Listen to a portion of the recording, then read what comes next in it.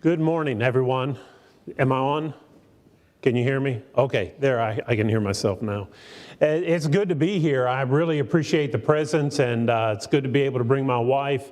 I've been with this congregation a number of times, and it's one of my favorite places to go.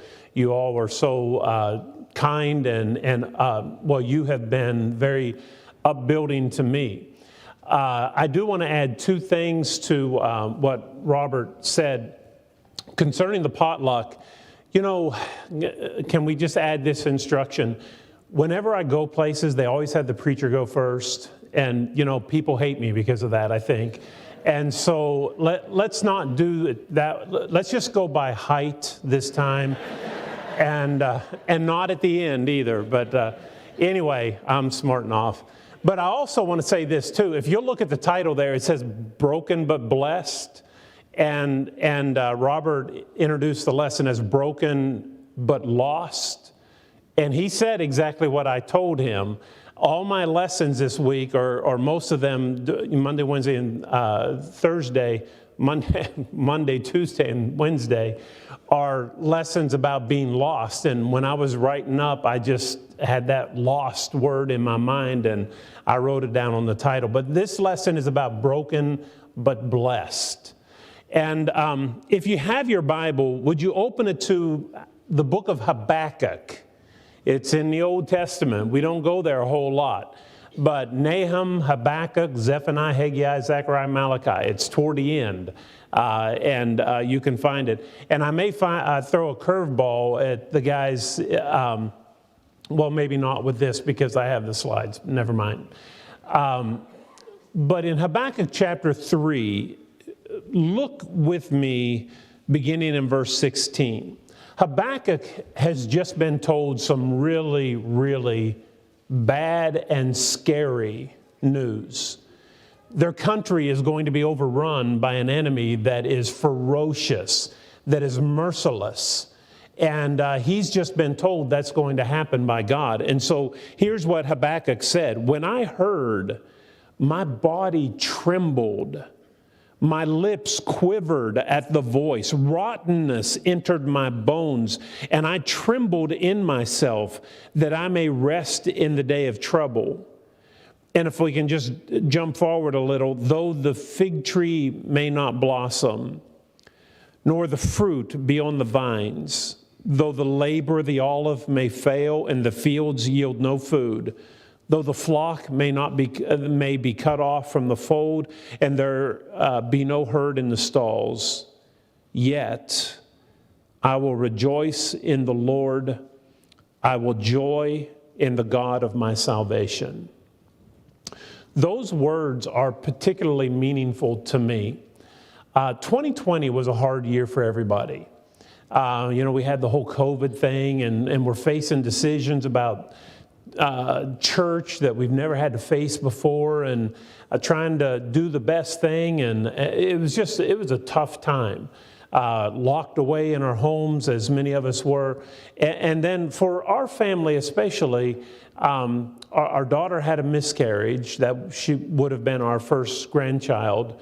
And then, I don't know if you remember, there were some tornadoes in Cookeville that happened in 2020 that and then there was another tornado that went through Chattanooga, and that's where our daughter lives.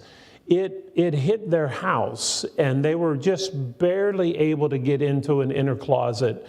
Couldn't even get the door closed when everything just went crazy there. It's quite a challenge, or quite a unique experience to have your child call you and say, our house has been hit, we're okay, but we can't get out. But they made it okay. She had another miscarriage shortly thereafter. And then in August, I had a nagging pain in my side that it wasn't sharp. It was just annoying me. And so I went and had an ultrasound done, finally a CAT scan. And the doctor, I remember he called one Friday afternoon. And usually when doctors call, it's not good news, after a doctor's visit. And he called me and he said, Steve, I hate to tell you this, but you have stage 4 cancer. It is, it's all through you. And the cancer was in my lungs. I had multiple tumors in my lungs.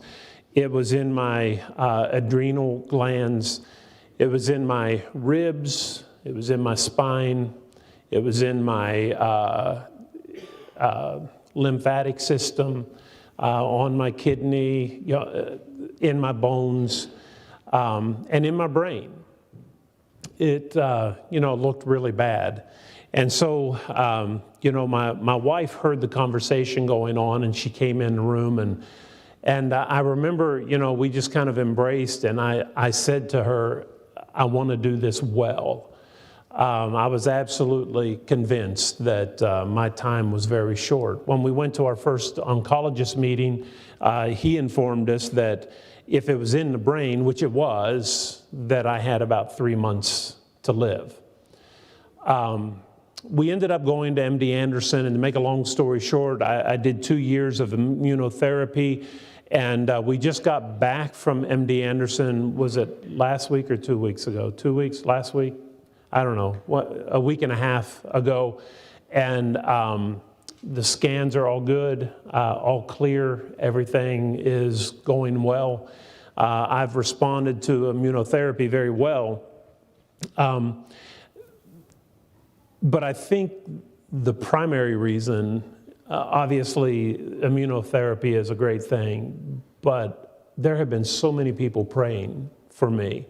And I know that you have been among those people who have offered up prayers on our behalf. And I wanted just to say thank you. And I want to share some thoughts about suffering. The last 2 years haven't been easy. We've gone to MD Anderson. I think that was our 13th trip down there, flying. I hate to fly. They don't make planes for me. Well, they do, but it's way above my pay grade. So, we've been to a lot of those. We've had treatments. I've been a pincushion for the last 2.5 years. And all the concerns, the worries, every little pain, new little thing, you think, uh-oh, what's going on now? But it's been a difficult ordeal. And I want to share with you some lessons that I have learned while walking through this dark time in my life.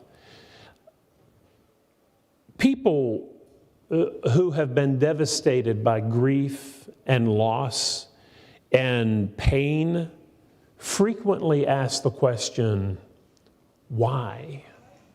Why would you, God, if you love me, why would you allow this to happen to me?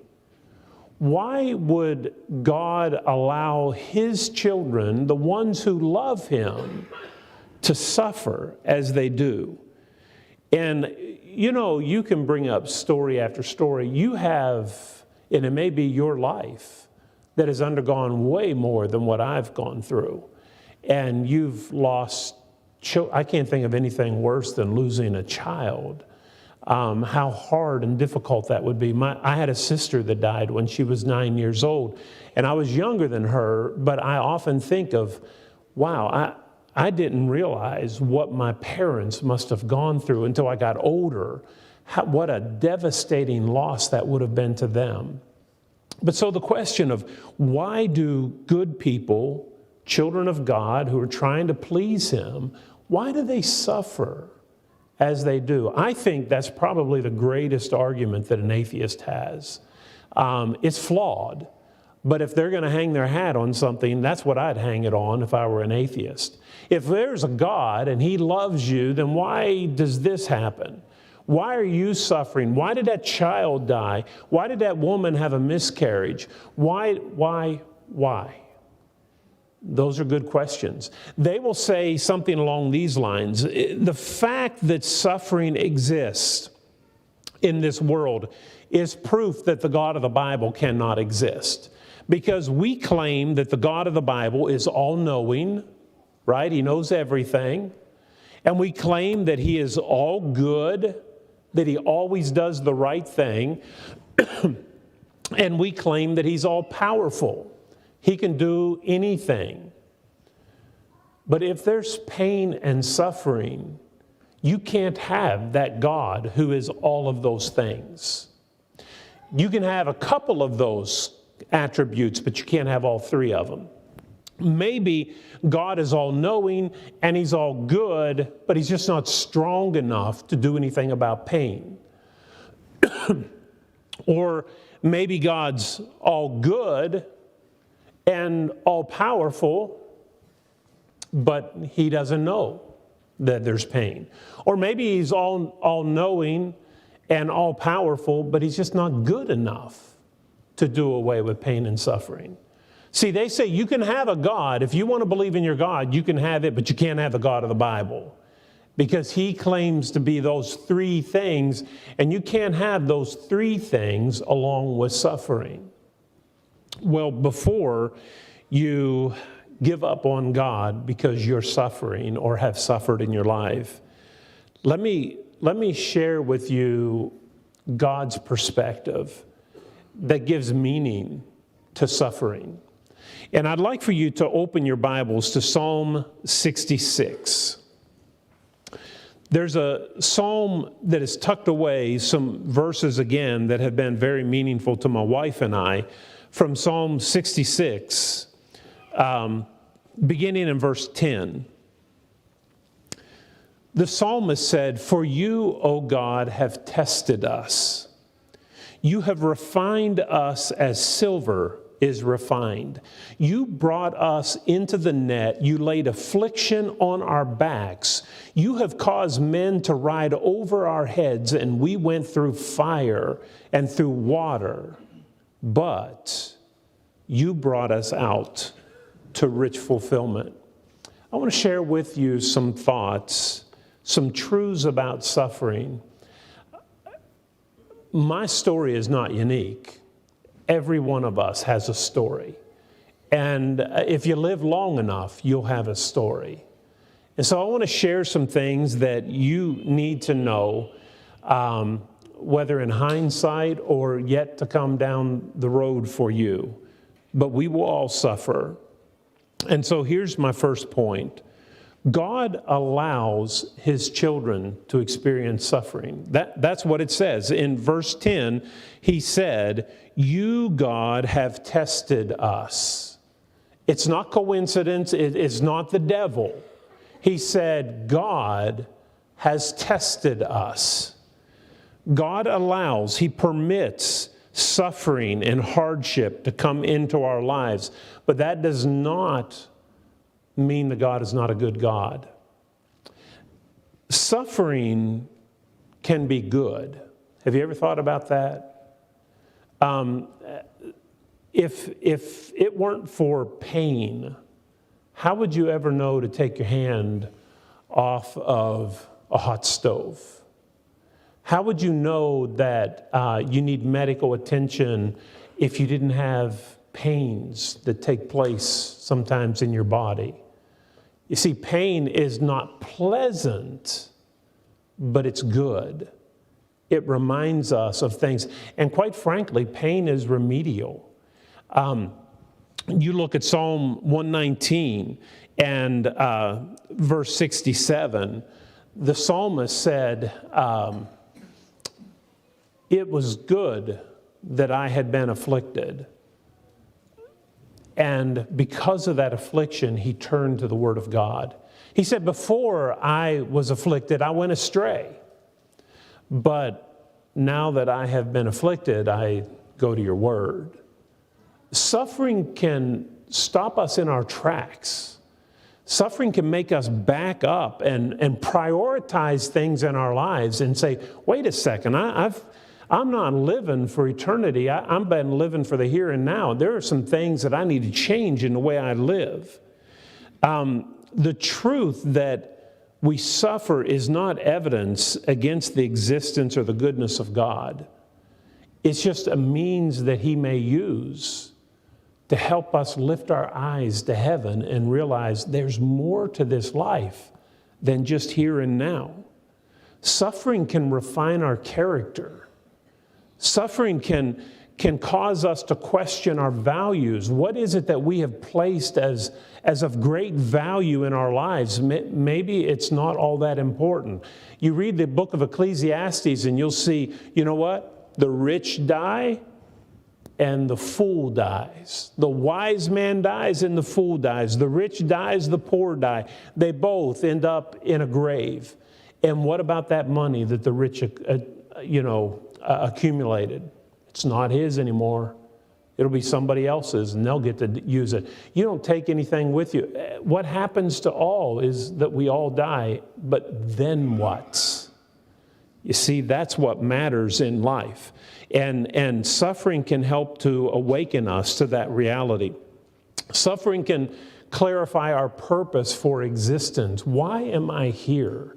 What is my life all about? What am I supposed to do while I am here with the time that I've been given? So God does allow His children to experience suffering, and that's not necessarily evil.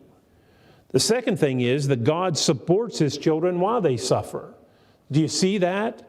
The fact that one suffers through trials is not proof of God's abandonment. When you suffer, don't raise your fist to God and say, God, where are you? Why me? Why have you I've served you. I have one of the most disturbing letters in my files. I read it to the students in my preacher in his work class. But it was written by a woman who said, I read your article that you wrote, and I want you to know that my husband and I, we were in our 50s, and we're both faithful Christians, and man, we could have done so much good, but God took my husband. When I learned he had cancer, she said, I prayed, and I did not doubt one least bit that God would heal him, but He didn't. And he said, now I am furious with God. She said, you say to me that, well, God gave His son. Well, He got His son back, and I don't get my husband back. It's not the same thing. And she talked in blasphemous ways about her husband because of the loss that she had experienced. And she thought that God had abandoned her because of her suffering. God doesn't abandon you when you suffer. In fact, the fact that you suffer might very well be evidence that God is using you and giving you an opportunity to let your light shine before men, that they may see your good works and glorify your Father in heaven. Maybe it's the fact that you maintain your faith and you do not despair is the reason for your suffering, and other people look at you and say, wow, I wish I could face what he's faced or she's faced and have that same kind of faith. I want that. I want to be able to face life like he did or she did. You see, we all want to be like, here's how I want to serve God. I want to serve God in prosperity and good health. That's how I want to serve Him. Lord, give me, have all my needs met and most of my wants, and also let me live to be a ripe old age, and that age keeps getting older and older as I get older and older. 61 is my age. I used to think people were old when they were 60, 61. They're not. I was wrong about that. But, we ask for this long life, healthy and wealthy. That's how we want to serve God. But I'll tell you, as much as I didn't enjoy it, I think that I have been able to serve God more effectively in the suffering that I've endured in the last 2.5 years. It's not what I want. I would never choose it. But I do see the value in it and how that you can reach people that you otherwise wouldn't be able to reach. Who can better reach out to people who are suffering than those who have suffered? God in 1 Corinthians chapter 4, He's a God of all comfort, and He comforts us so that we in turn can comfort others with the comfort with which we have been comforted. And so I have all kinds, man, I have talked to people all over the world who have experienced different kinds of cancer and suffering that have reached out to me to talk and who are in need of encouragement. And I've been able to do that, and I would have never done that before had it not been for suffering. We're able to bring glory to God through our suffering. As the world looks on and they expect to see anger or withdrawal and depression, and they expect to see those things in the face of bad news, and then they see glorifying God and faithfulness and joy. What is going on? What do they have that I'm missing? Because I don't see it that way. It opens doors. But think of it, does God abandon us when we suffer? Who was Job without his trials? Who was Noah without the flood? Who was Hannah without her tears? Who was Daniel without his lion's den? Who was Paul without his beatings, and Stephen without his stonings? And who was Jesus without the suffering on the cross? We just keep going. The suffering isn't an abandonment by God. It may very well be the fact that God is using you in that time to bring glory to himself. So accept it. And if I view it from that eternal perspective, I can even embrace and welcome the suffering that I have to go through, because it's a tool to the most important end of all, God being glorified in the lives of his creation. God also, he allows suffering, he supports us, and he will reward those who remain faithful in suffering. You notice in that passage in Psalm 66 and verse 12, it says, he brought us out to rich fulfillment. Yeah, we've been through a lot, and he put it on us, but then he brought us out to rich fulfillment. God never promised us heaven on earth, but he did promise us heaven after earth. And that's what we need to keep in mind. You can have all the riches and the power and the fame and whatever you want out of this life to the nth degree, but if you die outside of Christ, man, you have wasted your life.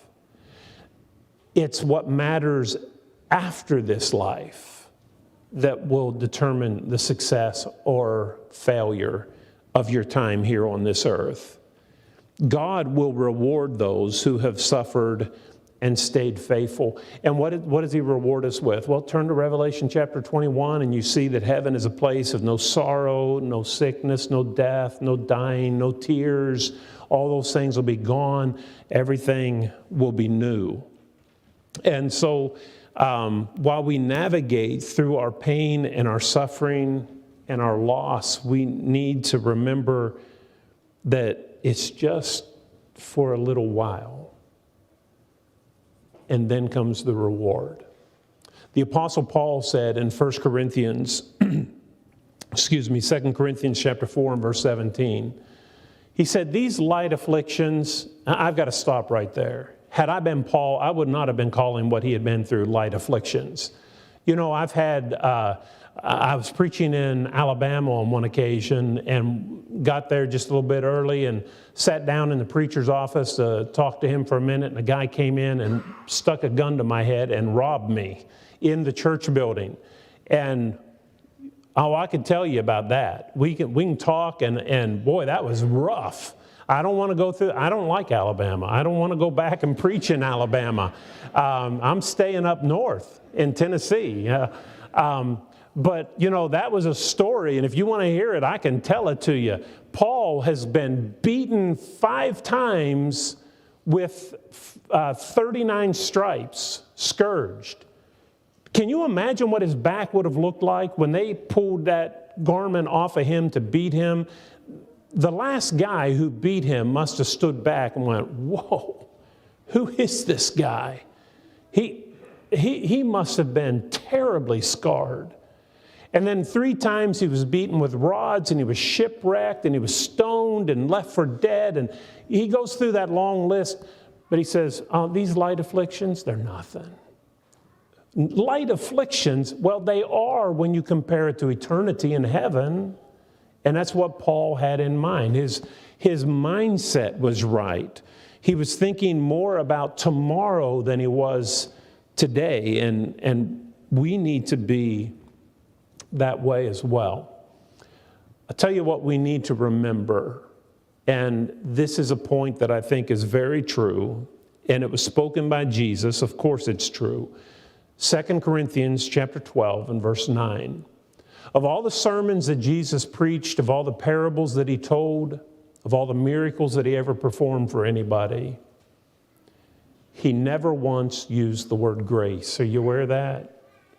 You don't have to say grace to teach grace. You don't have to use that word over and over. You can be Jesus was a graceful preacher. But in his lifetime, there's no record of him ever using the word grace, except for here. And it's when he's already been dead, and he's in this vision with Paul, who is praying, remove this thorn from my flesh. And the answer he got is, Paul, my grace is sufficient for you. You can do this. And that's what we need to resign ourselves to. We can do this. God's grace is enough to endure whatever crosses our path in life. So here are 3 things, and then we'll conclude the lesson. Here are 3 things that we can learn, or we need to remember when called upon to suffer. We need to remember that God's presence gives us calm. I'll admit, when I first got the news, it was deflating. I was like, wow, I'm going to die. I'm not even 60 years old. I was 58 at the time, and I thought, man, I'm so young. I'm not going to be able to see any of my grandchildren, and my son has just started preaching. I'm not going to be around to help him like I want to. And all those kinds of things were just flying through my mind. All the things that I wouldn't be able to do. And then I began to think and put things in perspective after the immediate impact. And I realized peace and calm through this whole ordeal. Now, I'm not going to say that there haven't been anxious moments and, you go and you get the scan and you're waiting to see what the results are. That's an anxious time. But in the midst of all of it, I can honestly say that I was okay with whatever would come. I was not going to be, destroyed by any kind of news that would mean that I would be leaving this world in the near future. And the reason for that is because of God's presence. I absolutely believe that. That's what gives me calm, is that I know that God is with me and he's made promises to me. Fear not, for I am with you, Isaiah 41 and verse 10. As he gives the Great Commission, he says, and lo, I am with you always, even until the end of the world. The point is that I am not going to experience something that is outside of the knowledge of God. He is well aware of it, and he's got his eyes on me, and that gives me comfort. Have you ever done this as a little kid? Have you ever gone to a shopping store, Walmart, or up north, we had Hills department stores. I don't know if any of you are from the north, but we had Hills.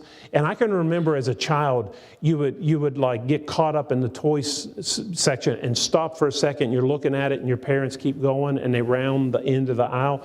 And then you like, okay, where's mom and dad? And you just panic, and you hear it happen sometimes in stores. You'll hear a kid screaming because their parents in the other aisle, they didn't see them. But what happens as soon as you get in their presence? I was really scared. I thought I was lost for a minute, but here you are. You don't still feel that dread when you get in the presence of your parents. It immediately subsides. And that's the way it should be with God. When you're feeling dread and anxiety over the life and what's happening to you, just remember you're in the presence of God, and He sees and He knows exactly what's happening to you, and He's not going to let anything happen to you that is outside of His will. He's with you. And so I can resign myself to that. I don't like what's going on, but I know God sees it and He's aware of it, and I'm in His presence, and everything's going to be okay. We need to deal with suffering with that point of view. And the second thing is God's providence will give us comfort.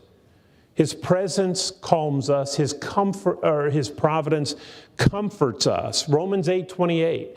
For we know that all things work together for good to those who love God and are the called according to His purpose. I know that God is working on my behalf because I'm a child of His and I love Him.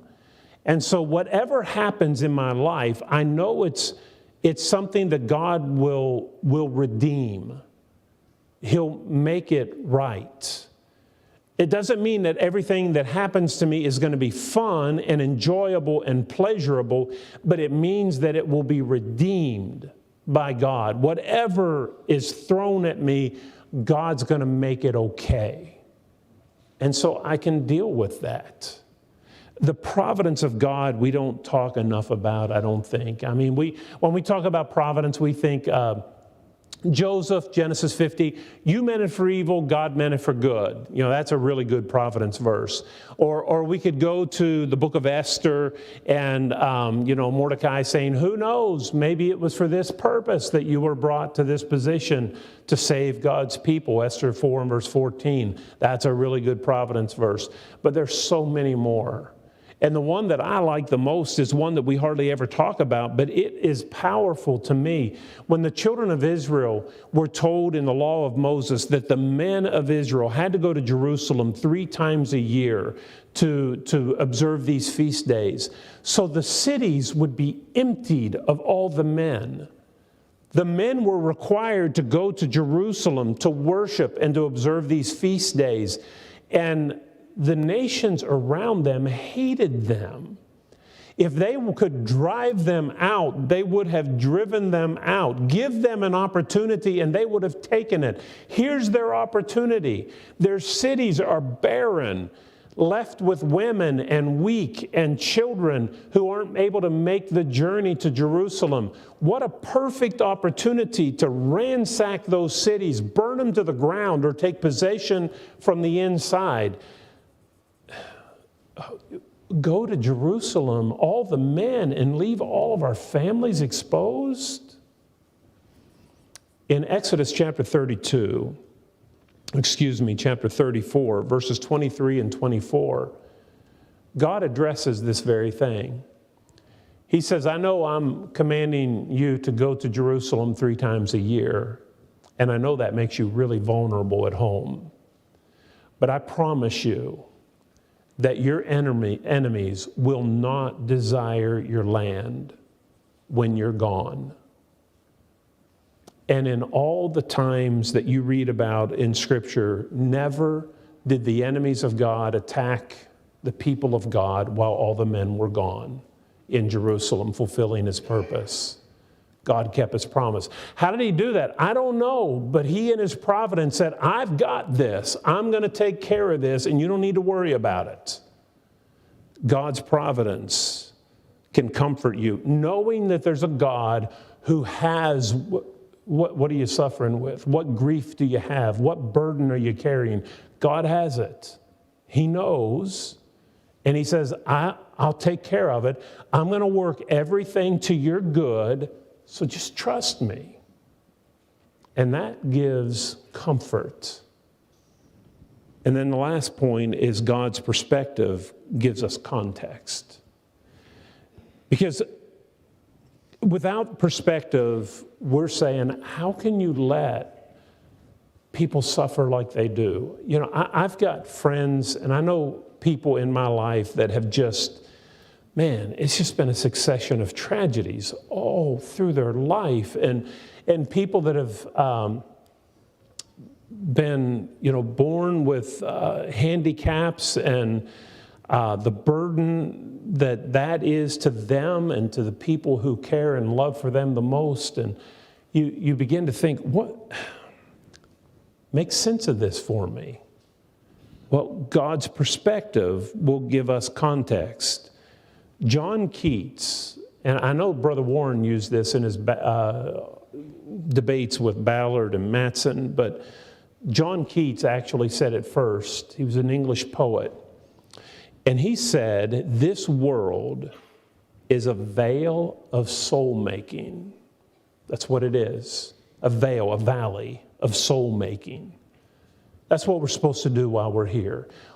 Our purpose here on this earth is to make our souls fit for heaven.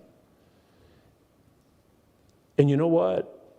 Money and health, good health, may be the worst thing in the world for us. Those things that we usually clamor for are the very things that may make us most unfit for heaven. But if I view heaven as the most important thing in the world, then I can face good things and bad things. I just need to stay faithful to God. I'll close with this passage to reinforce this. You see, we value longevity, and God values quality. And there are people who may not have longevity of life, but they have lived their life well. In 2 Kings chapter 22, King Josiah, he was a good king, one of the few exceptions. He was a good king, and you can read about the good things that he did. But his people that he was governing, they were evil, and God it says God's anger was hot. Man, he was mad at the people, and he was going to put it to them. And they were going to go through a terrible time. And then the prophet said, yeah, but what about Josiah? He's not like them. And God said, I'm going to take care of Josiah. Can you imagine the prophet coming to the king and saying, well, God has some really bad things for the people, but God has something for you that is different because of your love and your faithfulness and your loyalty to him. He's going to reward you differently than all these other people. Can you imagine getting news from a prophet of God that says God has a gift for you? Oh, wow. What's this gift? God is going to give me a gift? Your mind would start racing. What is it? You know what God's gift to Josiah was? An early, violent death. Really. You can read it in 2 Kings. God said, I don't want Josiah to have to see. He's such a holy man and righteous. I don't want him to have to see what is about to happen to the people of God. It'll grieve him. And so I'm just going to take him out of this world. And that's what happened. Josiah was run through with an arrow, not the most peaceful ways to die. And he was only 39 years old when he died. But that was God's gift to him. You can't say that from an earthly perspective, that's good. We look at that and we say that's a tragedy from a very temporal perspective. But if you put it in eternal lens and look at it through an eternal lens, then we see his suffering's over. He's with God and will be forever. We value longevity sometimes way too much when we ought to be thinking of the quality of the time that we have. Methuselah lived 969 years, and yet not a positive thing was said about him in all Scripture. What good is it if you live to 1,000 and you die outside of Christ? What about eternity? So those are some things that I want to leave you with. And as I speak to you today, I stand before you as a broken man. There have been things that have happened to my life and in my family that have caused me to drop to my knees. But broken doesn't mean defeated. In fact, the psalmist says that God uses broken people, and he can use you in your brokenness. A few years ago, and the reason I've had that picture up, the kintsugi, if you'll advance it one slide, please. There's a Japanese form of art called kintsugi, and I ran across it about 3 or 4 years ago, and I thought, well, that's really interesting because it makes a great sermon illustration. But, you know, if you drop a jar, the Japanese would repair that jar with powdered gold and like maybe a sap or some glue from a tree that would, and they'd put it back together. And they learned that the finished product was often more beautiful than the way it was before it was broken. And so then they began to break stuff on purpose to do what is called kintsugi on it. And my point is this: when your life is broken, and the shards of your life are just laying on the ground, your life isn't over. Because those pieces can be put back together by God, and you can be used more effectively in his service, and you can be a greater child and servant of God by the things that you are experiencing and have experienced than you ever were before. The point is, there's no excuse to stop. You stay faithful to the Lord, endure your hardship, and God will be faithful to you and reward you with an eternity in heaven. Don't get angry with God. Be thankful that you've been called upon to suffer to the glory of God. Whatever we do, let us live to the glory of God. If you're here this morning and you're not yet a child of God, I encourage you to respond to the invitation. Jesus said, "He that believes and is baptized shall be saved." If you haven't done that, I encourage you to do that. If you're a child of God and you haven't been faithful, and you know it, and if he were to come back right now, you know you wouldn't be right, then ask God to forgive you, and we'll pray with you to that end. And maybe you're here this morning and you're carrying a heavy load. The weight of things going on in your life, it has nothing to do with sin. It just has everything to do with burdens that are weighing you down, and you want people to pray for you. I can attest, knowing that thousands of people across the country and, well, around the world had lifted up prayers on my behalf was a great comfort to me. And if you're suffering, you have a church family here that will lift their minds to God and pray for you. And I believe that God will answer their prayers. If you need to respond, we invite you to come as we stand together and sing.